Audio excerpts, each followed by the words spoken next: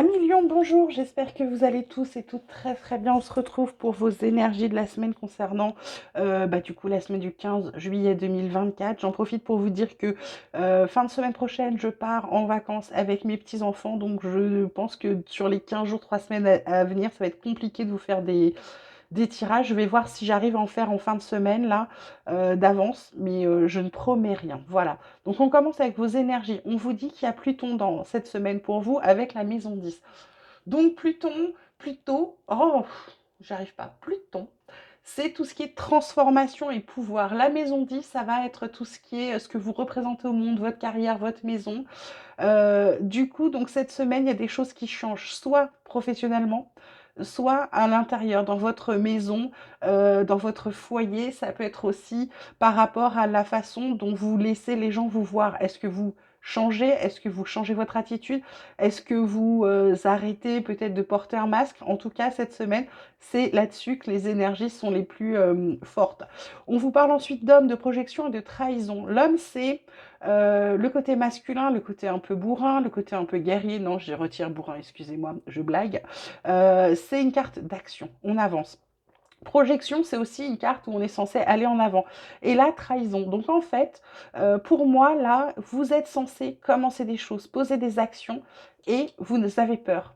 Vous avez peur parce que vous avez peur soit que quelqu'un vous trahisse, vous plante un couteau dans le dos, soit vous avez peur du nouveau. Pour moi, là, vous n'arrivez pas. C'est comme si vous ne faisiez pas confiance, vous n'aviez pas confiance en vous, ou votre estime de vous n'est pas bonne. Et du coup, là, ça vous empêche d'avancer. C'est un peu comme si vous alliez vous auto-saboter, d'accord? Donc, ce qu'on vous dit cette semaine, c'est qu'il faut passer à l'action. C'est ça qui va venir, c'est dans vos énergies de la semaine. C'est-à-dire qu'il y a quelque chose à faire et pourtant vous bloquez, d'accord? Dans ce qui est positif, on vous parle des racines, on vous parle de votre famille, ça peut être le passé, c'est peut-être aussi le fait, parce qu'il y a une carte d'action, pour moi, ça va peut-être être aussi de nettoyer pour certains des liens transgénérationnels, ça va être aussi de faire la paix avec son passé, de faire la paix peut-être avec des membres de sa famille ou des gens très très proches. Dans ce qui est un peu plus plombant cette semaine, c'est la carte de la naissance. C'est ce qui est nouveau, c'est ce que je vous disais, ça reflète, c'est incroyable. C'est de passer à quelque chose de nouveau, c'est de démarrer quelque chose de nouveau, c'est de sortir de votre zone de confort pour démarrer, pour commencer quelque chose que vous ne savez pas faire ou vous n'avez jamais fait, d'accord?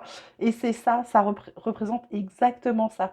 C'est-à-dire que ça va être compliqué pour vous de sortir de votre zone de confort cette semaine pour pouvoir y aller, ok?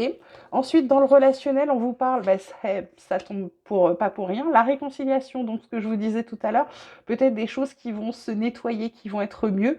Réconciliation, retrouvailles, peut-être des rapprochements avec des personnes proches de vous. Un choix à faire, bah oui, dilemme, qu'est-ce qu'on prend, qu'est-ce que je décide? Ben c'est ça, j'ai quelque chose de nouveau à faire, je dois passer à l'action et pourtant, voilà, je suis bloquée. Parce que je suis dans le doute, d'accord? Donc cette semaine, ce qu'on vous dit, vraiment, c'est ce qui va être le plus difficile pour vous. On ne dit pas que vous n'y arrivez pas, on dit juste que c'est difficile, c'est quelque chose qui est compliqué. Alors peut-être qu'en ayant cette information-là, bah, vous saurez que vous pouvez y aller parce que ça va être forcément bon pour vous, mais que voilà, c'est un peu compliqué. On vous parle de gains inattendus aussi, et alors c'est extraordinaire, les cartes, accueillez la nouveauté. Elle est sur la carte où vous n'arrivez pas justement à aller vers quelque chose, à redémarrer, à recommencer quelque chose. Là, ce qu'on vous dit, c'est accueillir la nouveauté. Donc dans le choix à faire, c'est ça, c'est de dire oui, j'y vais, d'accueillir. C'est nouveau, ça va me sortir de ma zone de confort, ça va me chambouler, mais ça va être fantastique derrière. C'est si on me demande si cette carte tombe, c'est qu'on me demande et que je peux y aller en toute confiance, ok?